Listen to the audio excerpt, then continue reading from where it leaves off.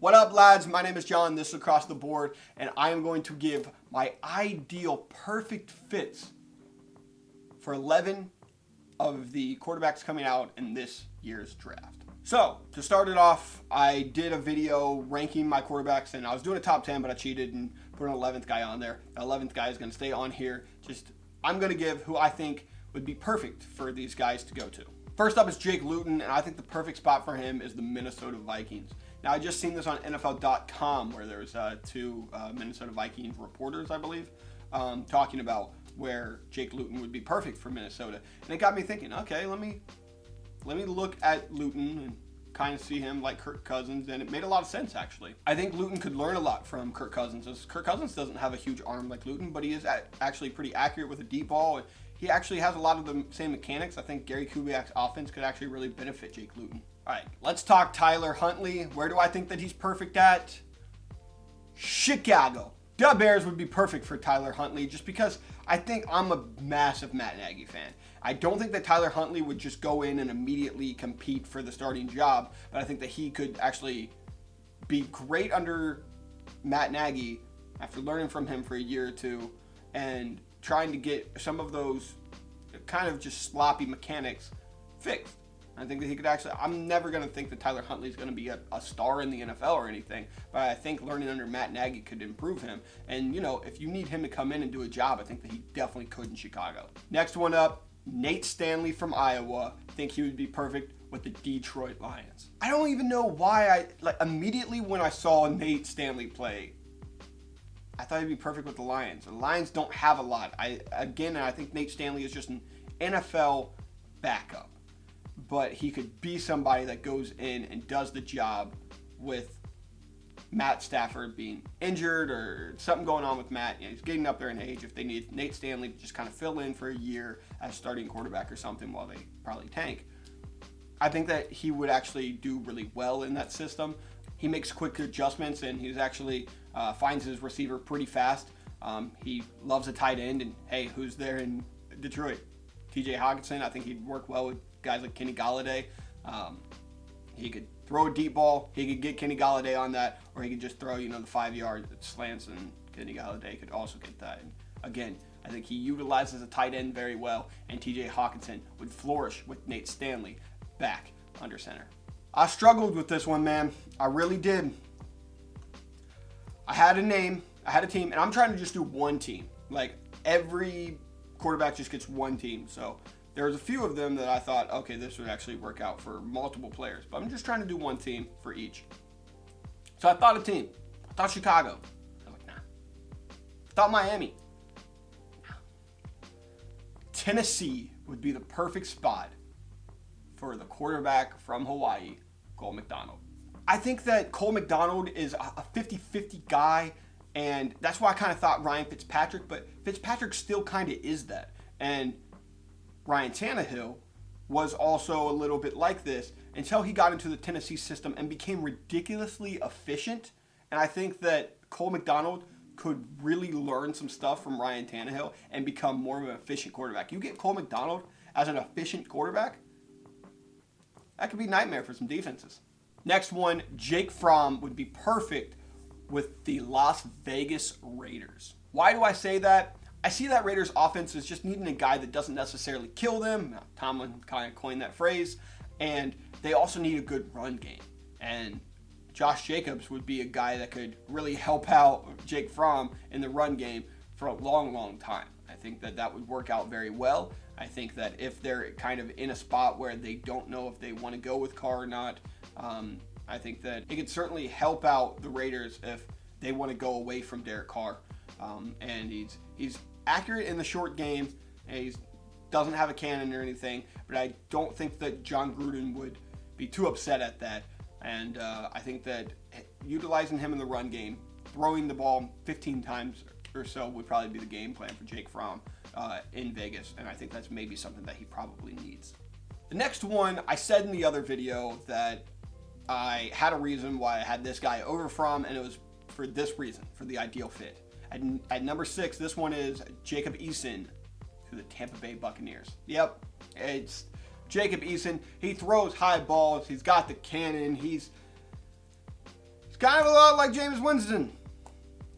But I think with learning from under Bruce Arians and not having to be paid $25 million would make the Buccaneers very, very happy. I see that this could really happen here. And I think that the Buccaneers would fall in love with the type of ability. Jacob Eason has some flashes of greatness. And I think that the Tampa Bay Buccaneers, you got Mike Evans, you got Chris Godwin. Jacob Eason would have a field day bombing the ball to them. This one's going to be unrealistic, but Justin Herbert's perfect spot is the New Orleans Saints. Justin Herbert, he's got a cannon. Yes, he does. And if we got separation with Ted Ginn and Traquan Smith and Mike Thomas, of course, hopefully Justin Herbert can bomb that ball to them. But I think that Justin Herbert really relies a lot on the check down, which is fine. Alvin Kamara is a great guy to have that. Mike Thomas is a great guy to have some of that. Ted Ginn's a great guy to have some of that. I think that Herbert also has a pretty quick release, and that's something that Drew Brees has, and that he could actually hone in a little bit of his 50-50, Hail Mary, screw it type of passes and be a more efficient quarterback in a similar way as Cole McDonald, but in a much higher elite way, and learning under Drew Brees and having Alvin Kamara, Mike Thomas, Ted Ginn, Traquan Smith, the weapons that they have on offense would be perfect for Justin Herbert. Again, not going to happen. The next one up is Jalen Hurts, and this one may just happen. It's the Pittsburgh Steelers. The Pittsburgh Steelers are everything that Justin Herbert embodies. That grittiness, that warrior mentality, that never say die attitude. I think that Jalen Hurts would be in a perfect position where he could learn under Ben for a few years, if maybe just a year or two, and be ready to be in that system. I think Mike Tomlin would love him. Finally get a quarterback in there. Look, if you had Jalen Hurts in there, other than, instead of Mason Rudolph or Duck Hodges, I think that the Pittsburgh Steelers are in the playoffs. I struggled with this one too, man. It's Jordan Love. But I think the perfect spot for him is the Indianapolis Colts. Yeah, this one's probably going to happen too. And the reason why it's perfect, the only thing that I have against the Indianapolis Colts for Jordan Love is that they don't have the wide receiver, But they could also get one in the draft, in the second round, if they draft Love in the first. They also have the money. They can drop off some bags, okay? Quite a bit of bags to wide receivers. They have a terrific offensive line, which is something that Jordan Love desperately needs. And to learn under someone like Frank Reich for a year would be terrific before he's thrown into the fire. And, he could also be learning from either a Jacoby Brissett or a Phillip Rivers. And I think that could be extremely beneficial for Jordan Love. At number 2, it's not going to happen. No, it's not. This one's the most unrealistic. But I love it. Tua Tagovailoa to the New England Patriots. I think under Bill Belichick's system, the ridiculously efficient Tua Tagovailoa, he gets the ball out so fast, very similar to Tom. Of course, there's injury history, but I think with the New England Patriots, they're going to protect their quarterback. And I don't think that Tua has to worry too much about injuries here. Tom wasn't really taking that many hits. And remember, Bill Belichick was wanting to get Baker Mayfield in the draft just a few years ago. Could he trade up and get Tua? It would be a lot. I think they would have to trade up a lot. And especially, I still think Tom Brady's going to New England still. He's going to stay. You stupid. Then they're not going to take a quarterback. But, oh boy, the chaos that would ensue. Be beautiful. At number 1, the best fit, Joey Burrow to the no, it's Carolina Panthers. Not Cincinnati Bengals. I couldn't make a fit for Cincinnati. It's hard. Cincinnati, you're going to have to prove something before I think that there's a perfect fit. Of course, this isn't going to happen. The Cincinnati Bengals are going to draft Joe Burrow as it is, and as they should. But the Carolina Panthers, with Joe Brady, they got Matt Rule in as head coach. I think that would be so beneficial to have Joe Brady back with Joe Burrow. And then you have guys like Christian McCaffrey that can carry that offense as well. It would be an amazing sight to see Joe Burrow with the Carolina Panthers, and he would succeed so much in that offense. But again, not going to happen. Thank you guys for watching. I know most of these are going to be unrealistic, or at least some of these are unrealistic, but these are just where, when I saw them play, I was like, that's it. That's their spot.